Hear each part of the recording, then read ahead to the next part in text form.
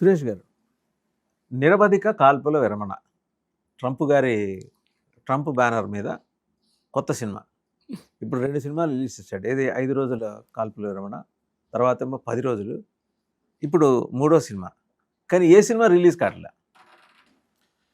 ఇది ఆయన మొన్న కూడా చెప్పారు, దీనికన్నా ముందు కూడా చెప్పారు, మీకు గుర్తుంటుంది ఒకసారి, దట్ ఇరాన్ని స్టోన్ ఏజ్లో బాంబ్ చేసి పంపించేస్తాం. నెక్స్ట్ టైం అన్నారు ఆయన మొత్తం సివిలైజేషన్నే మాయం చేసేస్తాం. ఇప్పుడు అన్నారు సంతకం పెట్టకపోతే పాకిస్తాన్లో వెనస్డే దాకా every bridge, every power plant will be hit అని. ఇప్పుడు మళ్ళీ ఎక్స్టెండ్ చేశాడు cease fire.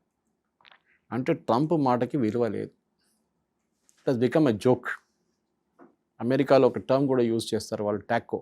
Trump always chickens out. అంటే ట్రంప్ చెప్పిన మాటకి ఎప్పుడు ఉండడు, బ్యాక్అవుట్ అయిపోతాడు.